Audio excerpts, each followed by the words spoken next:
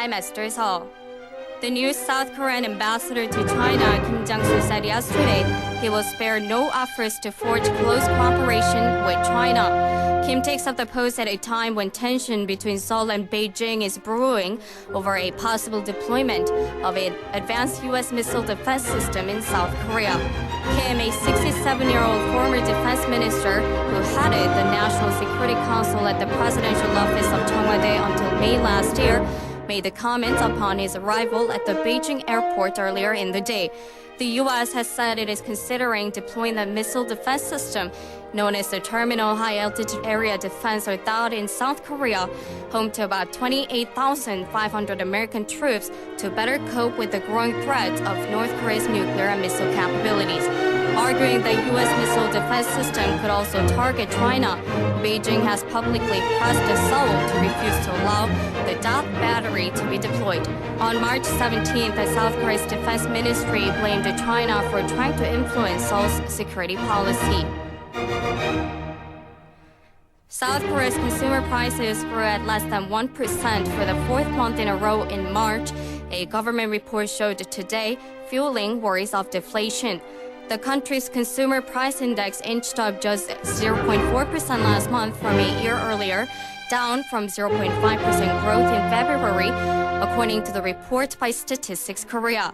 Last month's number is the lowest since July 1999, when consumer prices rose just 0.3% on year. Core inflation, which excludes volatile oil and food prices, increased 2.1% on year and was up 0.2% from the previous month.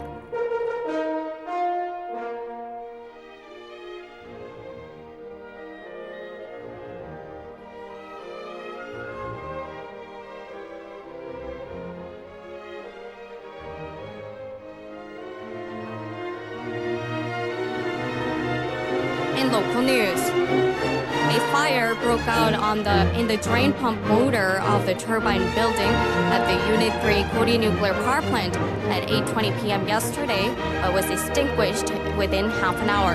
The Korea Hydro and Nuclear Power Corporation said that no lives were lost and suspected the fire was caused by the overheated motor. It also added that the generator was inspected and is working normally now. An official of the corporation also said that the drain pump motor where the fire started is a device to improve efficiency, therefore it is not related to safety. The corporation has been reviewing the incident and will determine whether a faulty motor was used. Starting today, the city of Busan will begin cracking down on illegal taxis at Gimhae International Airport. The city has established a taxi cab certification system in order to eliminate unqualified drivers, unreasonable fares, and the refusal of passengers. Busan plans to strongly punish those in violation of the law by revoking licenses and imposing fines on drivers who are not in compliance with the regulations set forth in Taxi Development Act.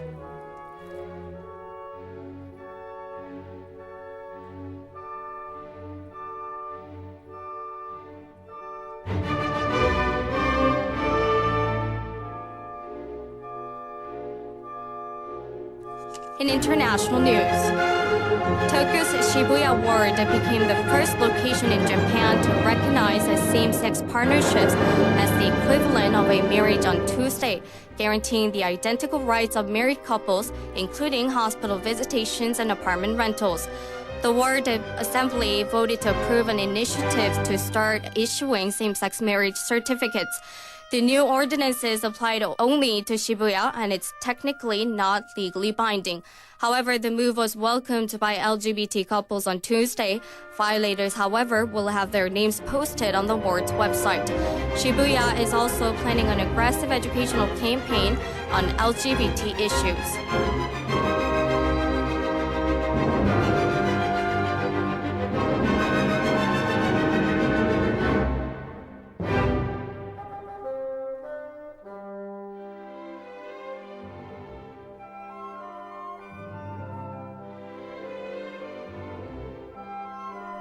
And now for the weather.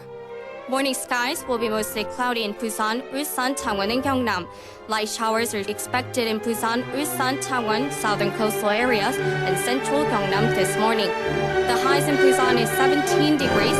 It is currently 14 degrees here in Busan. That's all for this hour's news. Thank you for joining us. Now you're listening to Busan EFM.